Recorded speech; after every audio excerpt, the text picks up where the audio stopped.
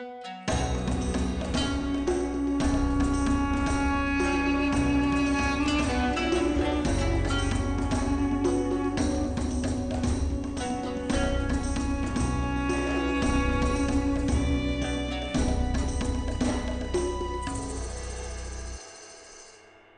ad break time. I'm pleased to announce that the Beyond Solitaire podcast remains proudly sponsored by Central Michigan University's Center for Learning Through Games and Simulations. As usual, they are up to amazing things. Today, I want to especially focus on Damon Stone's upcoming class, which starts on August 28th. It's called Core Loop, Finding, Amplifying, and Refining the Fun, and it's part of CLGS's Certificate in Applied Game Design, which is made up of courses offered in collaboration with Gen Con.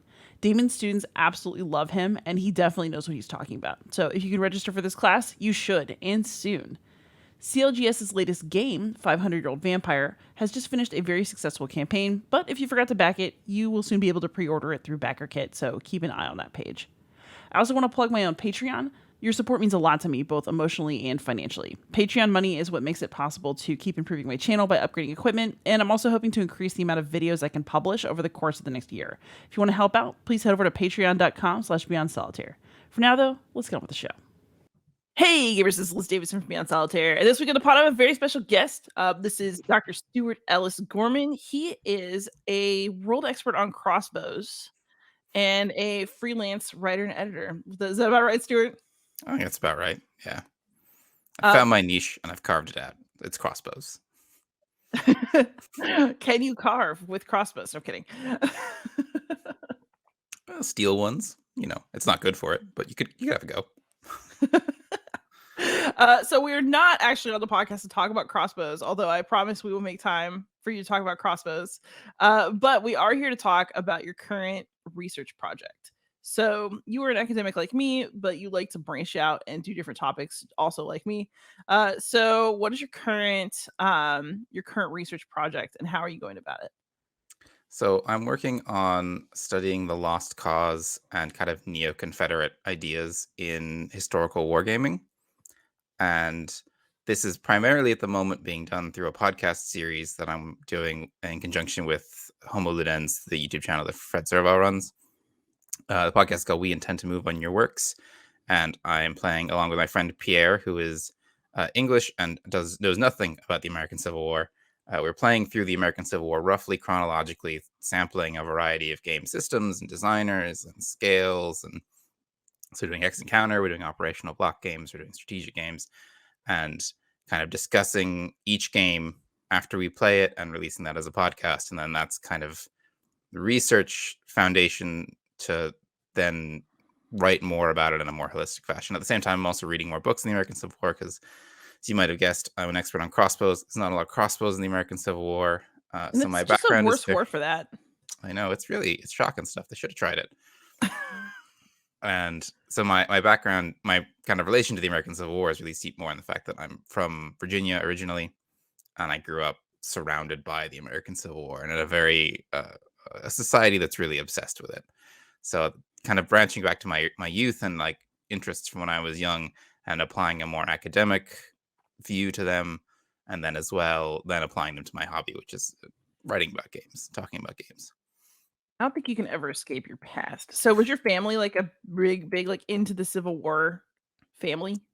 Yeah, my dad was still is a big American Civil War buff. Now I had escaped some of the kind of worst of this in that so I'm from Virginia, but my family is not. My dad's from DC, so he didn't have that kind of like long Confederate history to bring to bear. So he kind of still, grew up reading a lot of these popular histories from the 50s and 60s that have a very strong strain of lost cause in them, but not like, I wasn't grown up taught like the South was right. I never was told to say the War of Northern Aggression or any of that kind of stuff. So, but I went to American Civil War battlefields all the time as a kid. He would drive us to Chancellorsville or the Wilderness or out into the valley, and we went to Gettysburg almost every summer because when we went to family holidays, we would go to up to upstate New York, and we would drive past Gettysburg most of the time. So we'd stop in Gettysburg. I've been to Gettysburg like, I don't know, 30 times or something. So yeah, that was definitely a very formative experience for me. And then just in Virginia, I don't know what it's like where you are, but people talk about it all the time. It's like an obsessive point of conversation. So that was also just like in the culture. Yeah, I actually have sort of like a mixed upbringing on that. So I was born in Texas and I grew up in Texas where Texas history is like a big thing. They teach it in school. But my mom's whole family is from Newberry, South Carolina. And so, and my grandfather's a history buff. Yeah, so I got a whole lot of like Civil War history talk as a kid. But for us, it really started to ratchet up when my grandfather did a genealogy project and figured out like he traced our family tree back pretty far. It's actually pretty impressive. And so, among the ancestors, there's like cool ones like Neil of the Nine Hostages or like, a madam. He found a madam in our family tree, which I find hilarious. But also he found several Confederate soldiers. And he was like way more excited about that than I would have felt comfortable with. Yeah. And my grandmother was like, "Oh, well, you could join the Daughters of the Confederacy." And I'm sitting there thinking, never, no, no. Mm. And I remember like, early beach trips as a kid and stuff. Like my cousin thought he was really edgy because he had a Confederate flag beach towel. And I Mm. remember my parents feeling uncomfortable about it, and, like, I could tell there was something off. I was so little at the time, but it's like it's always kind of been branded as, like, a divisive thing for me because I remember, like, from an early family interaction that not everybody had the same response to that flag symbolically. And so, and my grandma definitely said things like the South will rise again in college. I don't know that she realized what the full running implications of that were. Does that make sense? Like, if you talk to my Yeah, I think grandparents. it's definitely a common theme that Yeah, a lot like of people haven't thought about it or never or just bought into the fact that it's funny or it's entertaining or it not really thinking through the full implications of what this means. yes. And so how do you approach that as you work on your project? Cuz I feel like you and I have a shared like kind of personal childhood level tension about this. But how do you maintain an academic approach and then how do you talk about this in a way that is as I don't want to say objective because I don't really believe in objectivity, but is as intellectually fair as possible? It's a tricky one. So one thing that I think really helps in this kind of through the podcast process is working with people who know basically nothing about it. So they don't have the same kind of point of reference for me. So it makes me feel like it kind of nudges me more towards justifying my position a bit more and trying to like explain to them because I think because this is baked up in my childhood and a huge amount of this is personal and that relationship with the kind of the lost cause narratives. I don't really want to shed that at all. Like that's very much part of it and trying to talk about it from the perspective of someone that like didn't necessarily buy in totally to the South will rise again, but definitely I was taught Robert E. Lee was a good man as a child. That was like a lesson that was there. I went when I was in the Boy Scouts as a teenager. I was in the Stonewall Jackson Area Council, and we had a Stonewall Jackson patch we wore on our arm. So like this stuff was just kind of around there, and you were taught to sing Dixie and all that kind of stuff. So Yep. I think that personal is part of it, and I don't want to shed that. But then as well, like I'm working with people who don't have that relationship at all and don't even really understand that perspective. So trying to kind of explain it to them helps me better make my thoughts more coherent. And I try and also, as part of the podcast, not assume that you know anything about the lost cause and talk about sort of my perspective and why these things matter. Like in the most recent episode, I'd realized that I'd talked a bit about like flag symbolism and the various flags in games, but I hadn't actually explained why I cared. So sometimes it's like it's a work in progress. So they'll be like, okay, look, we're going to take a moment and talk about flags and why I care that the Confederate flag is a symbol and why I think it's a symbol of white supremacy and why we should be thinking seriously about whether we should be including this in our games or not. And then if we are including it, why it's important that we include the right one. And one book I think was really helpful for this, and I would recommend to most people, was Ty Seidul's Robert E. Lee and Me, which is a really interesting book. And I'd say the reason I'd recommend it to most people, but not everyone, is that I don't think it's radical in terms of the historiography that he introduces, and it's not really meant to be. The big perspective is that the author himself, he was a history lecturer, I think head of the history department at West Point, career Army officer, but he grew up in Virginia. He's from Alexandria, where Robert E. Lee is from, and he's like he went to a SEG academy, which I'm sure means something to you, but for people who don't know, it's an academy that white kids went to after segregation ended. Private school just for white people when they had to integrate the schools. So he was like deep into Lost Cause, Neo Confederacy, and came out of it, and is now has like he talks about having like the passion of the converted when he talks about it. So it's a really interesting book for conveying that kind of experience and also for kind of showing so much of why he cares about this stuff, like why it matters. And that was a really like kind of outside of traditionalist geography, a really useful book for me because like I'm also from Virginia. I didn't have it as nearly as to the extent that he did, but I still did. So it was kind of an interesting shared experience, and reading about his way of dealing with it was really helpful to kind of articulating my own thoughts. Also, he once described Virginians as snobs, and it's the truest thing I've ever heard, and I'd never thought of it before. But we are absolutely the snobbiest southern state. He's like, oh, it's so true. We're just like that. That makes so much sense. It never occurred to me, but we're such snobs. That's funny. Yeah, I'm from Texas, and people debate whether Texas counts as the South. I mean, Yeah, mixed, but I would say culturally, generally, yes, because you could take me through although you know what, the South is one of the most interestingly diverse regions of the United States. Like, I find this topic difficult partially because I really appreciate where I'm from and where my family's from, and there's so many lovely things about the southeast chunk of the United States. And then we get the lost cause narrative. yeah. It's one of the things that I try and shove back on it in a few ways that I find very frustrating. So there's the kind of description of just like assuming the South is just white people in the South is always a huge problem. And even just calling, there's a common parlance to just call the Confederacy the South, which isn't really fair because some of the South isn't in the Confederacy. I mean, that Virginia is, but like Kentucky is the South, and I would say, and wasn't in the Confederacy. And we can argue about whether or not Missouri is the South, but certainly it was a slave state that didn't secede. So there's divisions, and there were regions within those regions that were opposed to seceding. I mean, West Virginia is the most famous because it splits and forms its own state, but East Tennessee tried to secede from the secession, but just didn't have was too central in the Confederacy to ever successfully be separated. So versus West Virginia could be controlled by the Union and was able to split. So there's divisions within that. And then as well, like one of the things that comes up a lot, because we talk about Robert E. Lee a lot, and we talk about the Lost Cause because he's such an important figure in it. And the classic Robert E. Lee thing is that Lee, I mean, he quit being in the U.S. Army to join the Confederacy. And this is presented as like, well, when Virginia seceded, it was only logical that he would leave the Union and he would join his state and fight for them.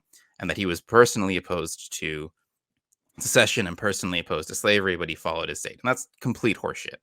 Like he absolutely he was one of the few members of his own family that seceded. Like his wife was a descendant of Martha Washington, so he has this like really prestigious line. And then so most of his family stayed loyal. There are quite a few prominent, like I obviously focus more on the Virginians, but quite a few prominent Virginians who do not secede. Winfield Scott, the first U.S. commander of overall military in the war, is from Virginia. George Thomas, the Rock of Chickamauga, who saves the Union Army in Chickamauga and then destroys the the Confederate Army at Chattanooga, is from Virginia. Like these are the famous Virginians of the Civil War period we should be putting up statues to. Like these guys are great, and they're the South just as much as Robert E. fucking Lee and Stonewall Jackson and these other assholes. And like that's to me that's like a really important part of the story, and we kind of talk a bit about maybe with somewhere like Kentucky that's famously was neutral in the war or mostly neutral, so that has that brother against brother, people go to both sides, but like there is divisions within the South. There are Southerners who stay loyal to the U.S. military and who fight for the cause, and there are a small number of Northerners who defect, although it's less common. So it is a little more complicated than that. And I think there is a proud Southern heritage to be had in this context, but it's the people who chose to fight against slavery, not the slave owning assholes. You make a compelling argument, sir. Um, but I do think that nuance is something that a lot of our historical conversations are missing. And it kind of actually leads me around to what I wanted to ask, which is, so what are some of the games that you've played so far? And are there trends that you've noticed in how they tend to present the conflict? Yeah, so we played a few now. We're only about 6 games in at this point. Some of them are really long. So we started with Rick Britton's Manassas, which is a classic game from 1980, and it's amazing. Just like side note, if you like Hex Encounter, if you don't like Hex Encounter, absolutely don't play it.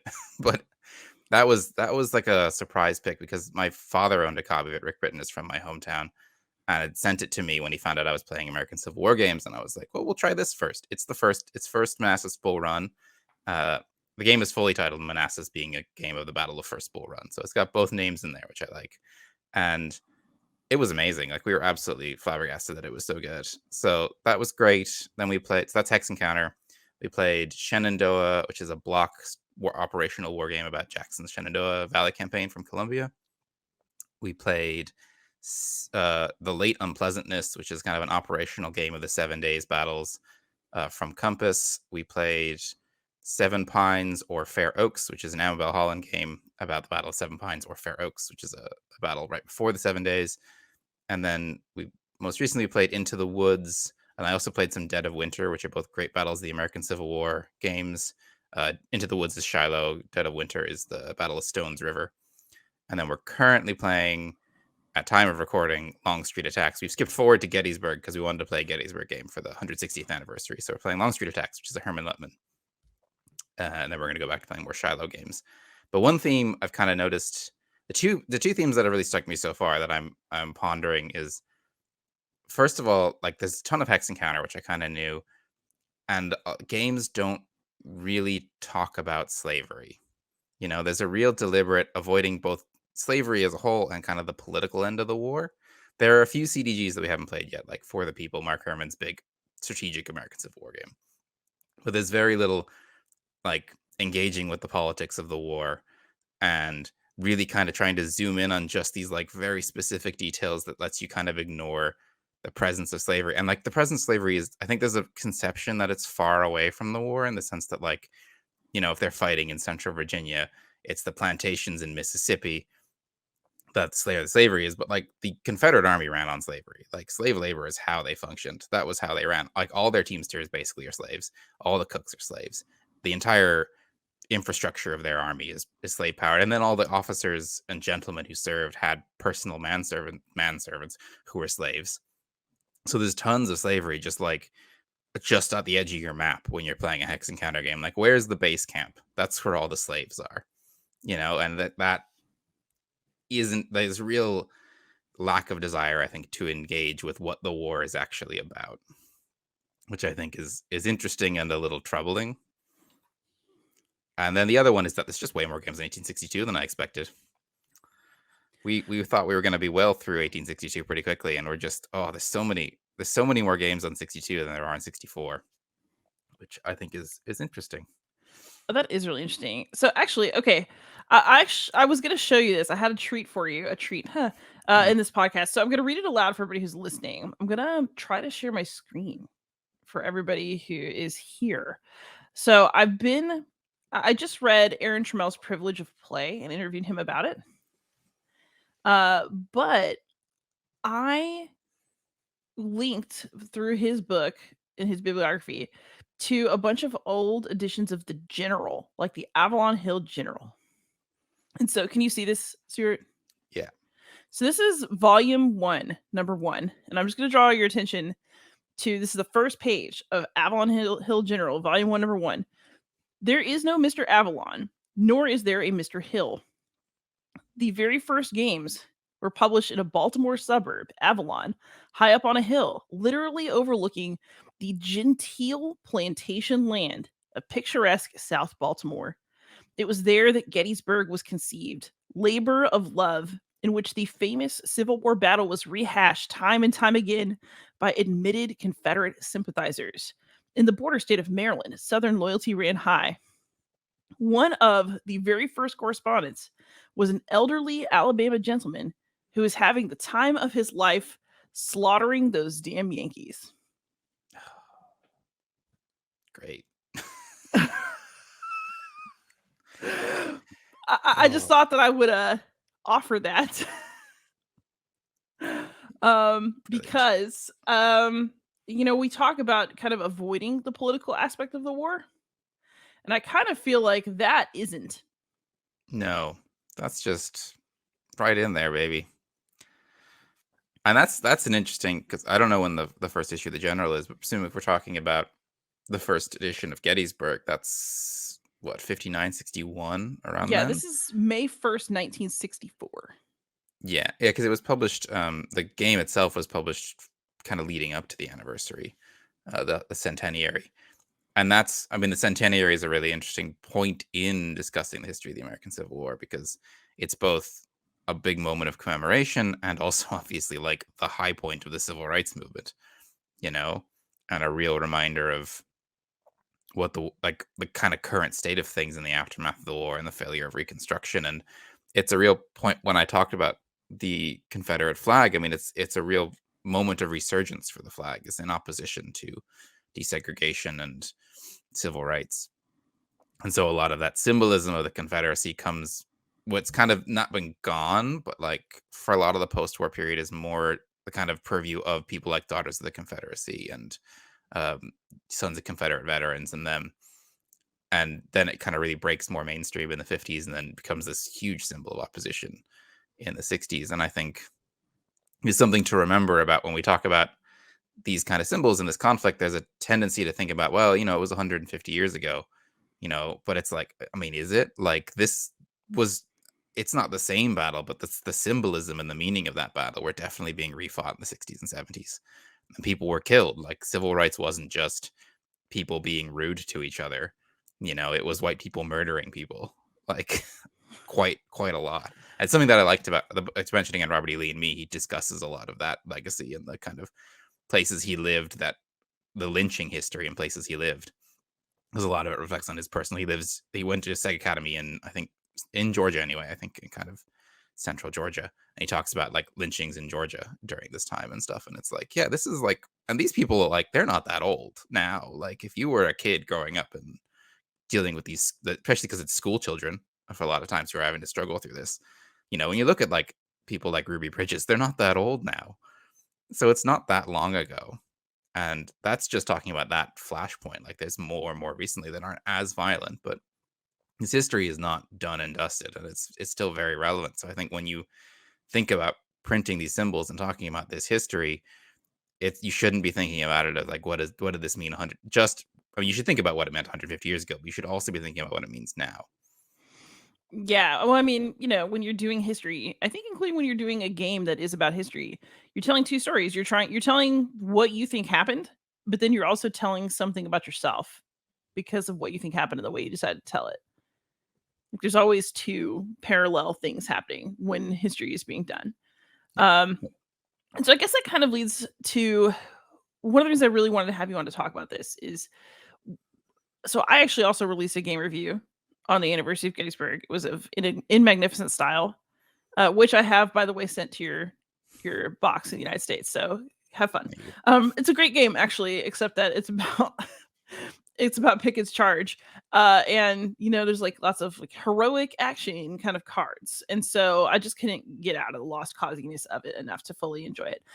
I released a review that I actually thought was pretty polite. I literally just said, like, I don't feel totally comfortable with the subject matter. Like, I'm not saying the game shouldn't exist or that you can't make a game like this. It's just, I just can't pass this. Um, and people got like pretty upset.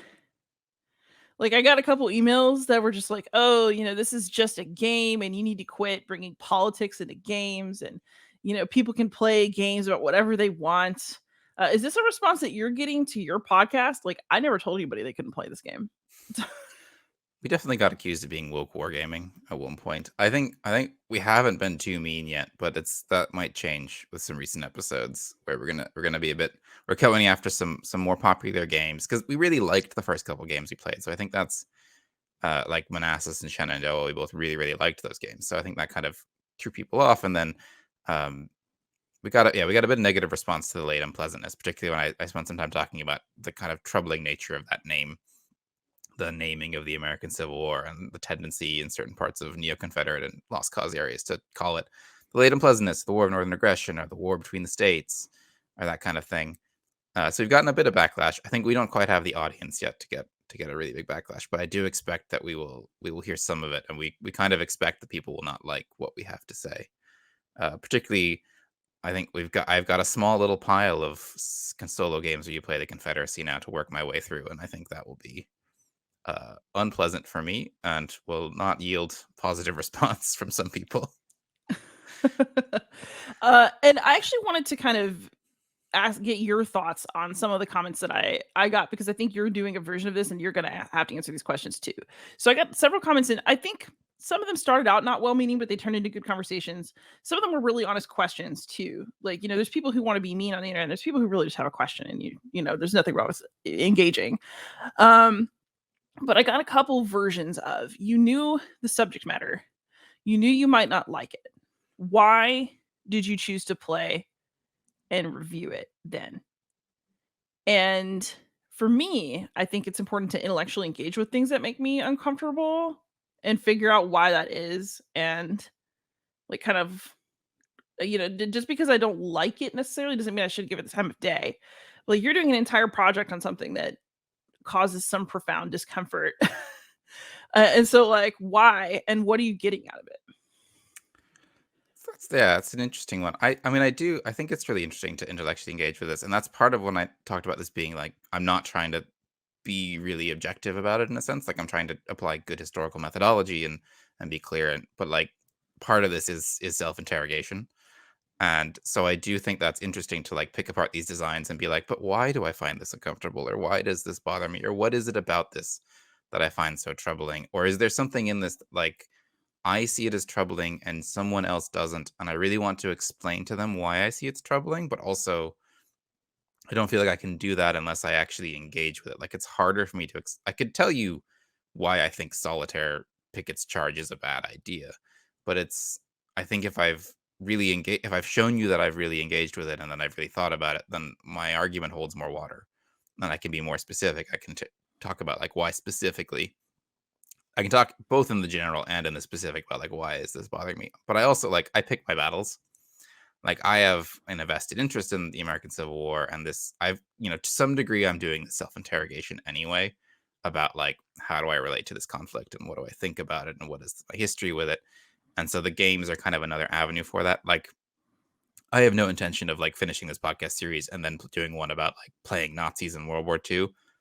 Absolutely not. Like I'm just not doing it, and I don't want to engage with that. So like there are areas where I'm like really happy to engage, and I think it's interesting. And they're like, this just makes me extremely uncomfortable, and I don't want to play Nazis.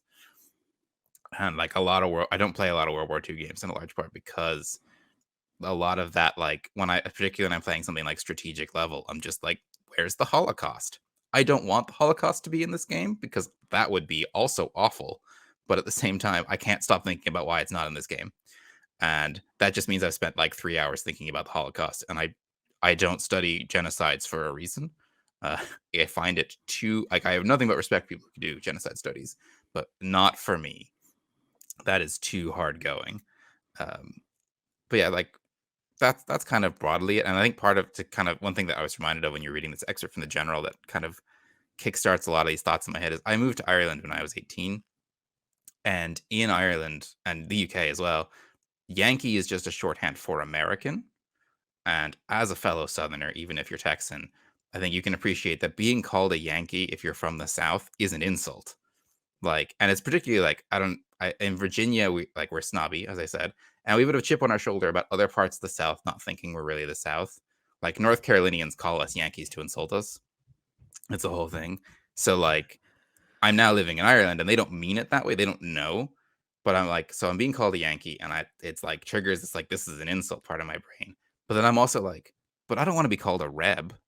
Like I don't want that. That's a whole. I don't want people to be like, no, you're not a Yankee, you're a Reb, which is like kind of the default alternative. And I'm like, that kind of gets a whole series of like self-reflection spiraling where I'm like, oh, I don't want to be a Yankee, but I also really don't want to be a Confederate. What does this say about me, and where am I? Like, I think I can tell you how contrarian I am, and actually how much my father was. So I'm from Texas. My dad is from Odessa, Texas, and he grew up like watching baseball in an era where there's only so many channels, like so many teams that you can see on TV, and you just kind of pick a team, and that's what you have. So, I cheer for the Braves because I live in Atlanta. But just freak out, everybody. This is going to be the most controversial moment of the podcast. I'm actually a Yankees fan, and I have been since I was like a child. I love the Yankees. I always will. I will always cheer for them whenever they're doing, whatever it's the game with them.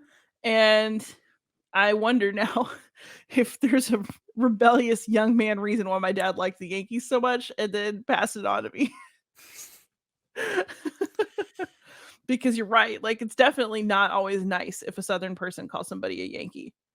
It's kind of interesting. And actually, you brought up another thing I wanted to touch on, so I'm going to circle right back around. So, such a good guest. So you mentioned, you don't even want to play Nazis, and I totally get that. I play a lot of World War II games.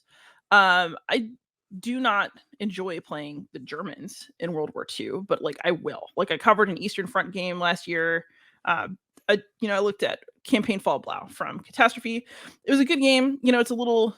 I do feel like mild discomfort when I'm playing German generals, but I thought it was a good quality game. I'm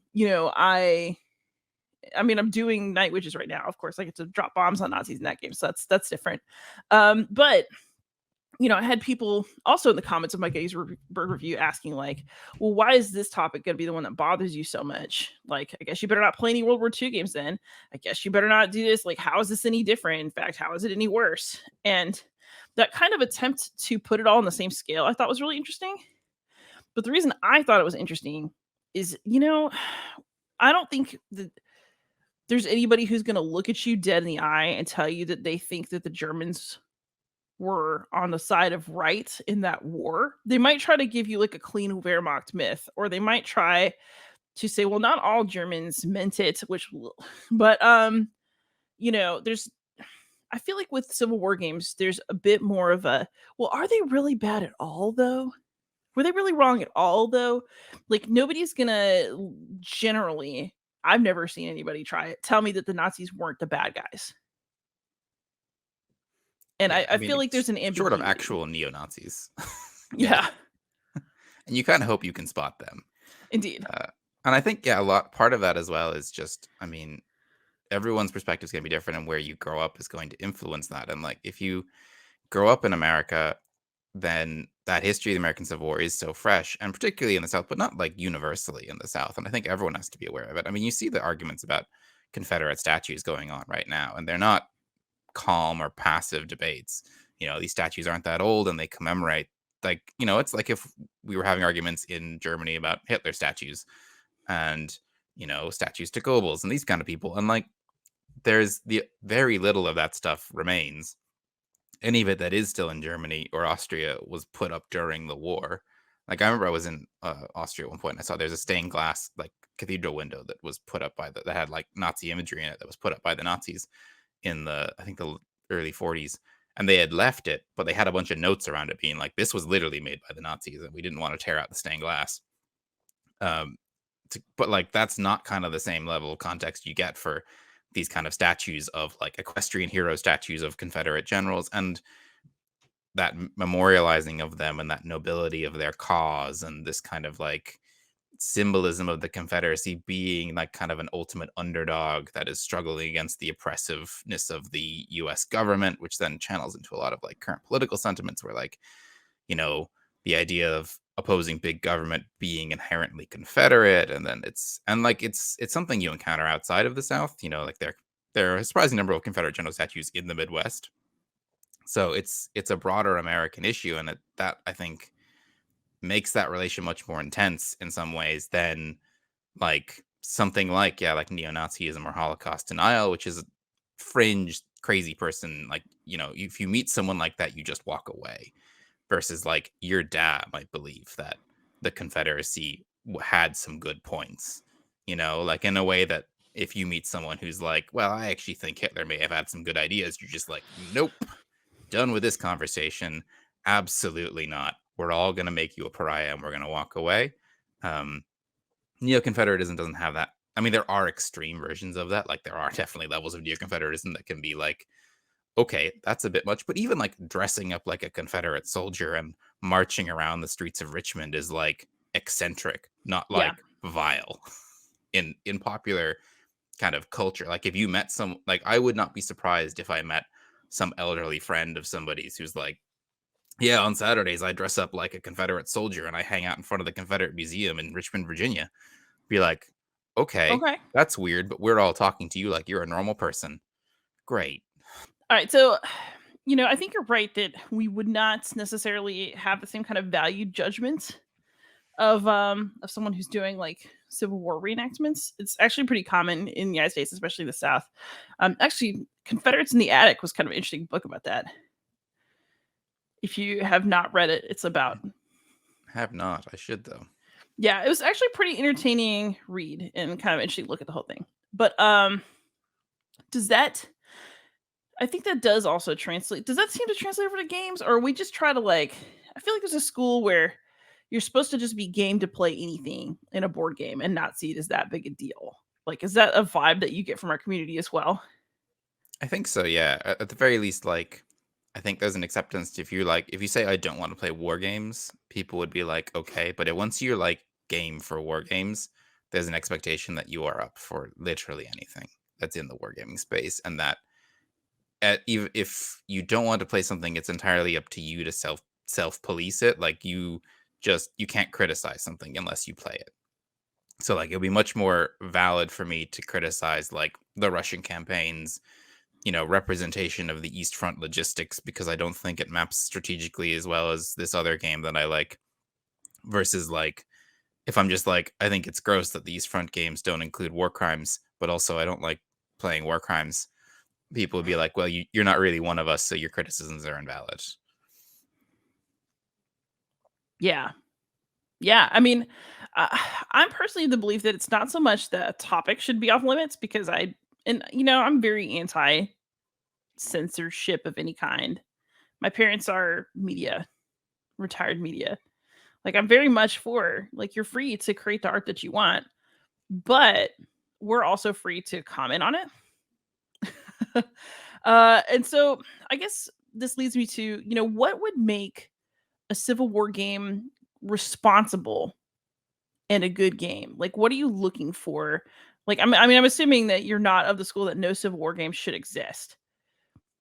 No, I think Um, the American Civil War is too important to not include in this, and I don't think it's undeserved, particularly given the publishing. So the Civil War is like the second most popular subject in all of wargaming, and the kind of the originator, right? We talked about Gettysburg earlier. The original Avalon Hill Gettysburg is the first historical war game of the modern era, anyway. So I think, particularly given the publishing industry's American bent, it's logical that the American Civil War is a big part of that, and I think it is a useful way to kind of work through a lot of these issues. And it's not even like a lot of my problems with the game, and it's a little bit of a flaw in the podcast I found because we were doing it on a game by game basis, is that like I love the game Manassas. I think it's a really great game. I think it really does a lot to cover like the experience of green soldiers being put into battle for the first time, the chaos of these wars. Like I think it does a really good job of that. It doesn't tackle the political, and my problem is more not that like a game like Manassas exists, but that like the overwhelming majority of American Civil War games feel like they're this kind of purely battlefield tactical, not dealing with the political side of it. And I think that to me it's a lot of like what's your coverage and what's your what have you chosen to represent. Now there are games that I think are probably genuinely not great ideas, and I'm not happy that they exist. Although at the same time, like I'm not a publisher, I'm not stopping you from publishing these games. I am going to tell you I think they're a bad idea, but that's you published a game. I'm well within my rights to do that.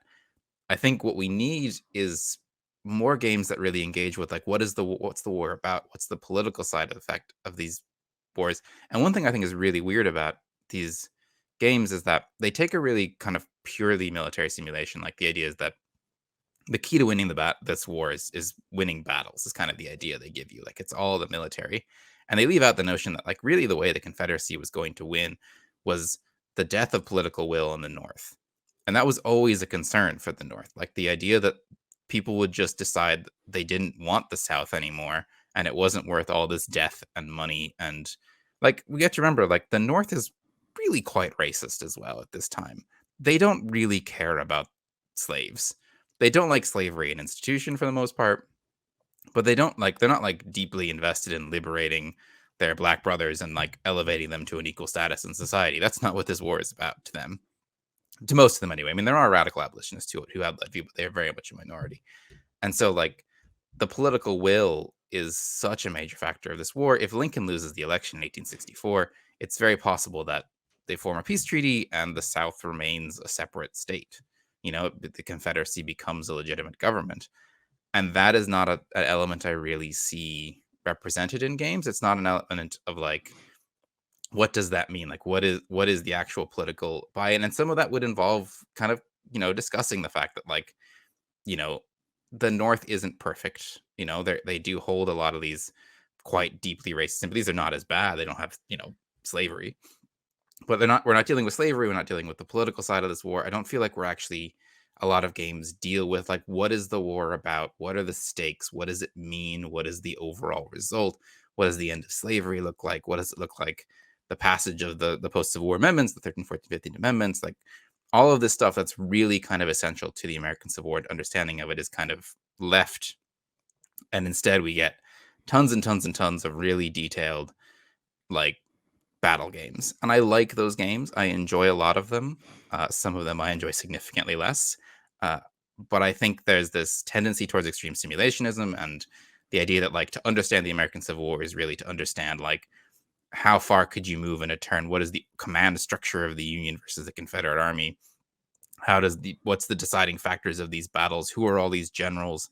Like that kind of Rivet County nitty gritty detail, and not the bigger questions of slavery and politics and the elections. Like I don't know if I'll ever actually do it, but my idea of like a game that I would love to see in this kind of space would be a game that's just a political game of elections between the Democrats and the Republicans in the North between 1861 and 1864.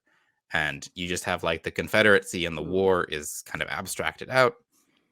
So no one plays the Confederacy. You don't have to, and it's just like, it's basically your Democratic copperheads who are trying to fight who want to win an election and eventually sue for peace to end the war.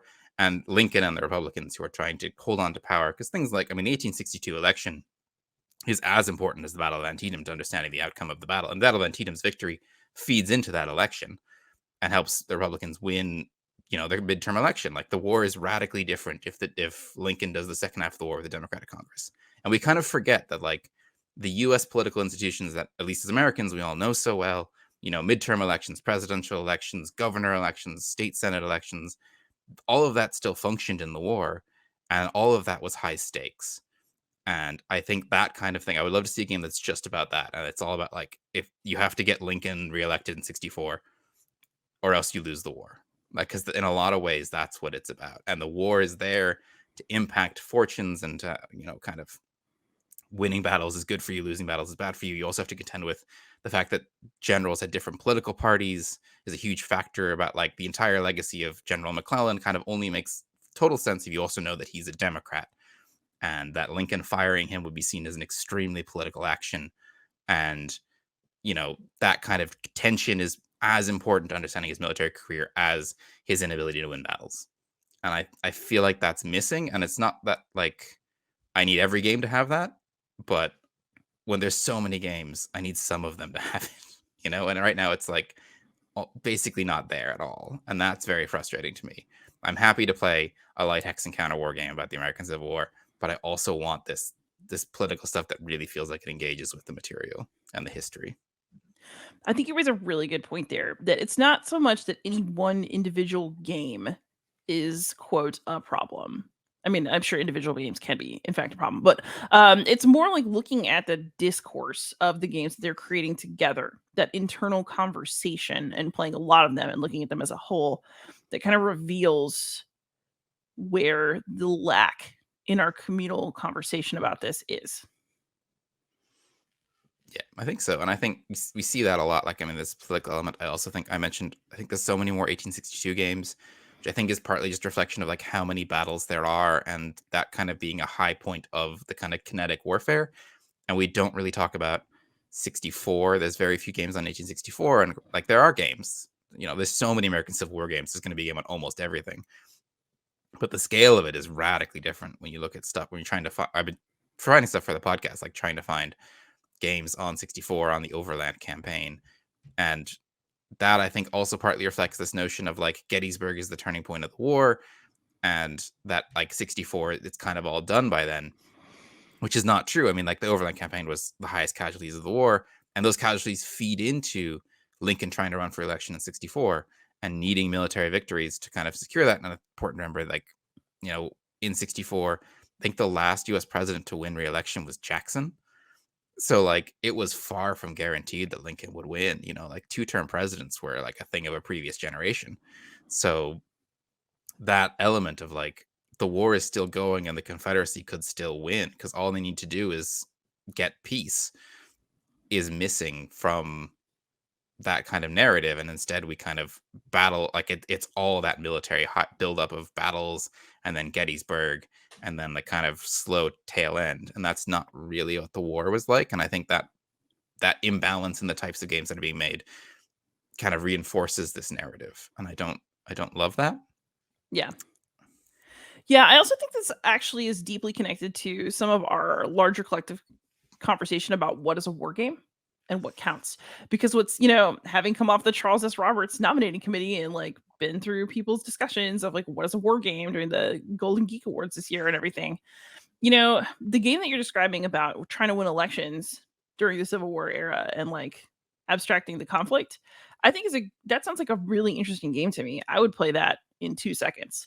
And then I would turn around and have to argue with people about whether it counts as a war game, even though it's still very much about a war. I mean, wars are not only won on the battlefield, they're won in the ballot box and in the logistics train. And like, there's just so much else going on in a war other than like the kinetic part. And yet we don't necessarily like that. And I think that get politics out of my war games and it's not about kinetic conflict, it's not a war game, are weirdly connected. Is that something that you see as well? Yeah, I think so. I mean, that overemphasizing of like just the detailed kinetic tactical or operational warfare and not, or even like on a strategic level, like you don't want to factor in anything but like the pure military considerations without really a regard for like what does actually fueling a military engine look like. I recently saw someone this argue that Polis wasn't a war game, and I was like, but it's a game about the Peloponnesian Wars. How is it not a war? You fight each other, you send armies. Like, it doesn't have a lot of the mechanisms of a traditional war game, but like it's a game about a war. Like, much more so than like we can argue about. I mean, I think votes for women totally counts, but we can argue about like, well, that's like a political conflict. But like, this is literally a game about the Peloponnesian Wars. It's got wars in it. What's on? What are you on?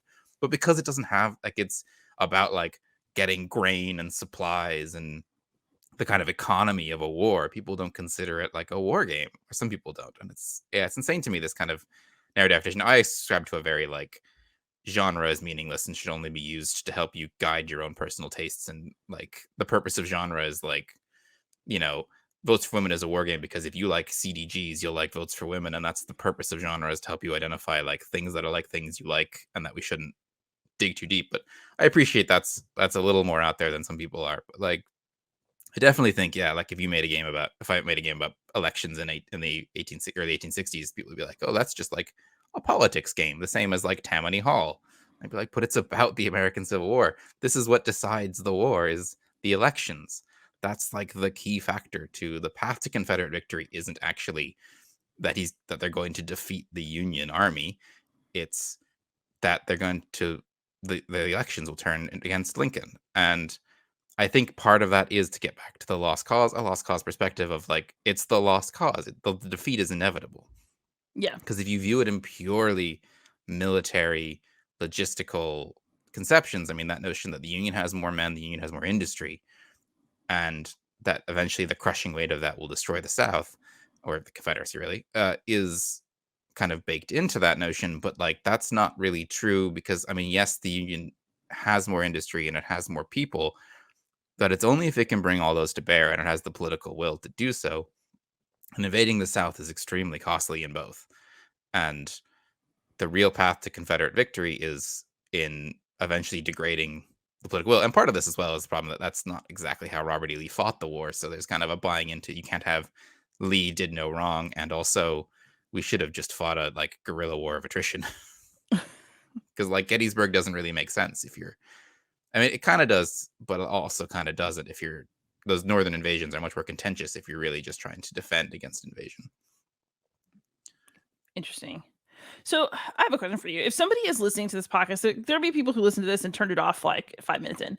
And then maybe somebody is listening and feeling uncomfortable but curious um, about what we're saying. What is the next thing to kind of read or look at if you want to, if you've maybe like grown up with a lot of lost cause narratives and you don't necessarily see anything wrong with them at this time, but you want to hear what what our side of the line is thinking. I think like a really useful book, particularly for your average wargamer demographic, is the one I mentioned, Robert E. Lee and Me. And I say the average wargamer demographic because I think the thing that's really useful about Saido's perspective is that, he's a white Southerner who grew up deeply entrenched in this stuff, and he's really walking you through his childhood, how he got into it. He talks about like childhood books that Robert E. Lee he read, how he got kind of. I think like it removes some of the guilt of that. I think it can be a tendency to feel like if you grew up in a lost cause kind of environment, and like I mean I did to a degree, when you're kind of confronted with how bad that is, you can kind of you don't that criticism can kind of feel like you're being criticized as a person, or that you're a failure of a person, or like someone's calling you racist can kind of make people kind of clench up. And I think a lot of it is to recognize that like the culture around you is what instilled you with this. Like it's not if you grew up in a lost cause kind of Southern environment, um, it's not necessarily your fault that you believe these things, because that was what you were taught by the people who you were told to trust, and the people who like I mean I was taught in school the lost cause, like by teachers. I was then thankfully untaught it by another teacher later, but like in middle school I was taught that the American Civil War wasn't about slavery, right? Like that's my teachers who I've been told to trust, telling me these things are true. And it's very easy to just have kept believing that. Like if I hadn't done AP US history and had that teacher, maybe I wouldn't have been untaught that fact and I would just believe it. And I think the thing I like about Robert E. Lee and Me is that he's, way deeper than most people are going to be. Like, particularly in this podcast, I bet like most people who listen to this did not go to a segregation academy, did not like choose their university because it's the university that Robert E. Lee was president of. Like he's in deep, and he talks about that experience, and he talks about coming out of it and the problems with it. And I think that relatable element of that narrative is really useful. Now, the reason I don't recommend it to like everyone is I think the points he's making are very standard for like what's in the historiography. So I think if you are coming at this as like particularly a white man from America, I think that his perspective being relatable is the key point of what makes it good.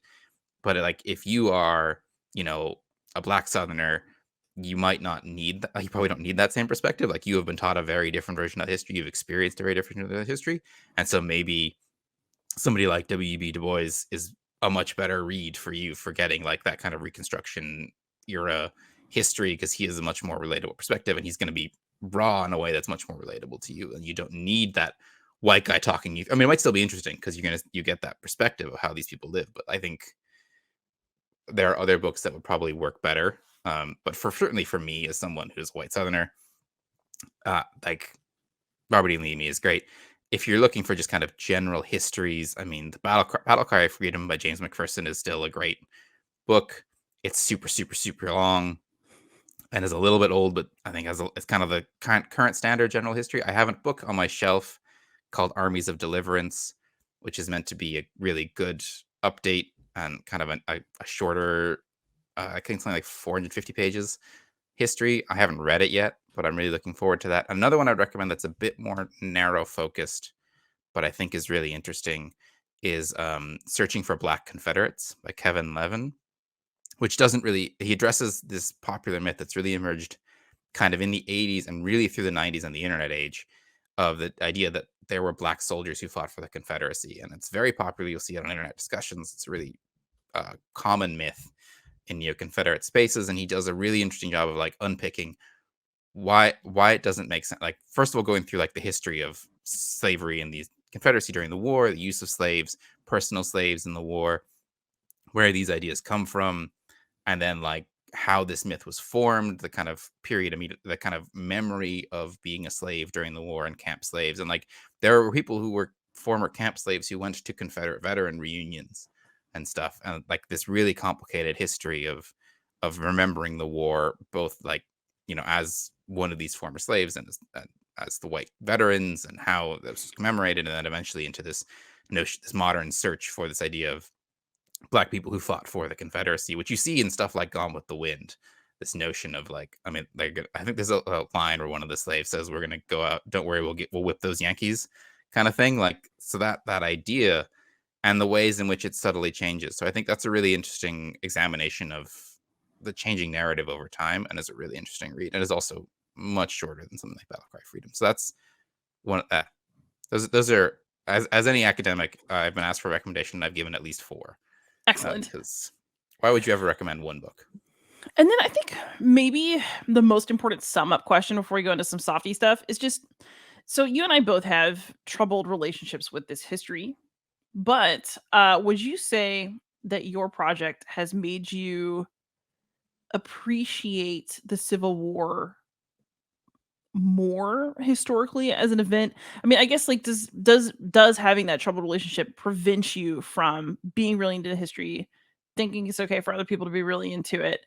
I think that we always have to kind of draw that line between like, yes, I have emotions about this, but also I think it's really worth my engagement and I'm glad I'm doing it. Yeah, I'm very happy I'm doing it. And I think it's been really interesting, kind of, because my engagement with the American Civil War was stuff I learned in school, going to battlefields, just kind of like the general vibe. I'd read very little actual books in the American Civil War, which is unusual for someone like me who reads loads of books and everything. Um, so like really digging into the history and stuff has been great, and it's gotten a lot of those really interesting personal stories and narrative moments and stuff. Like the American Civil War is really exciting, like this load, and like that's something I think I've done a good job of conveying to my various co-hosts, is like this stuff is interesting, it's exciting, there's really interesting turning points and like narrative beats and stuff, and it's also about something that's quite difficult to engage with. And those can both be true. And like you can have the excitement of D-Day and the Holocaust, and you can have having to engage with difficulty of slavery and the horrors of, and things like the horrors of Andersonville prison, and also exciting battles and heroic charges and, all this stuff. And that is part of what makes history interesting. And I think having a personal investment is a really normal thing to have in history. And it's about being aware of it. And, I don't know, a lot of the historians I worked with, like during my PhD and afterwards, like if you ask like who's your favorite medieval king, they would tell you, and they would have a strong opinion about who their favorite medieval king was, or who their favorite like such and such was. They don't study kings or politics, but like there's a very like strong personal investment in this material, and I think that's fine, and that's why you're doing it, because that's kind of what carries you through from beyond just this is kind of interesting to I'm going to spend years of my life doing this. But you also need to be aware of it, and kind of it's balancing that kind of awareness of your own personal excitement and also like treating the material with objectivity. But I think if you really care about it, then you care about being honest with it. You don't want to buy into a lie or a falsehood or a, a negative, a problematic belief. Like if you really, really care about it, then the truth of it matters. I think that is a perfect place to stop this, at least chapter in this conversation. I actually would like to check in with you when you're further along with your podcast, and I'm going to go listen to a bunch of these now. But now it's time for softy questions. So what are you playing for fun right now? Is it all Civil War stuff, or? It's mostly Civil War stuff right now. I have Antietam 1862 from Worthington, which is a fairly light hex encounter. I have the main battle for that set up upstairs, but I'm almost finished playing that solo. I play a lot of hex encounter stuff solo, and I quite like it. And then I'm currently playing with my podcast opponent Pierre. We're playing Long Street Attack still. And then the thing I'm most excited about is that I finally think I have an RPG group, so I'm going to play some role playing games. Gonna have like a regular role playing session, so that's not going to be American Civil War themed. So I'm really looking forward to playing some RPGs again, and I got to play a one shot at the weekend, so that's kind of the most exciting thing for me. And then I'm trying to organize a game of Successors, from Phalanx, the 4th edition of the old Richard Berg game. So I like big multiplayer CDGs, big fan of Here I Stand. So I recently came into a copy of Successors, and I'm going to try and see if I can organize 4 people together to spend a day playing some Alexander tomb carrying. That sounds fantastic, honestly. And then if people want to follow your work or reach out and ask questions, where can you be found online? Yeah, so I have a website, stuartellis-gorman.com. That's where my blog is, where I publish articles. I do a lot of written reviews. I review the books I read, so you can read a lot of written reviews of the kind of Civil War books I read, and then lots and lots of books on the 100 Years' War, which is my kind of current actual research project beside out of gaming. Game reviews, and I repost the podcasts and stuff on that. And then I'm also on Twitter at Dr. Crossbows. It's Dr. Crossbows. And I'm on other media, but not as active. And I'm also on various Discord servers, mostly the Homo Linens Discord server, which you have to give Fred Serval your hard-earned money to join. But if you want to hear me rant and rave, you can come and join that community. And Pierre and I actually stream our games on that Discord server. So if you're really, really interested, you can come and watch us fumble through the rules of some of these games until we learn them. We usually play like once a week on that server. Fantastic. Yes, I also have been suckered into giving money to Fred Serval. Now, so if you're not giving to my Patreon, but you want to give to somebody, do give to Fred. He is fantastic. Yeah, I'll put all this in the show notes. I can be found anywhere online as Beyond Solitaire, obviously. And Stuart, thank you so much for coming on. I really enjoyed being able to have this conversation with you. I'm excited by your project, and I just really wish you the best and that it's very fulfilling and interesting all throughout. Oh, thank you. I think it's gonna be good. I think I'm gonna go a little bit insane when I get to the solitaire games, but I'm sure you'll hear all about that as I complain to you about them. Perfection. All right, and so for those of you who are out there, please like, subscribe, comment, ask questions, and most of all, happy gaming.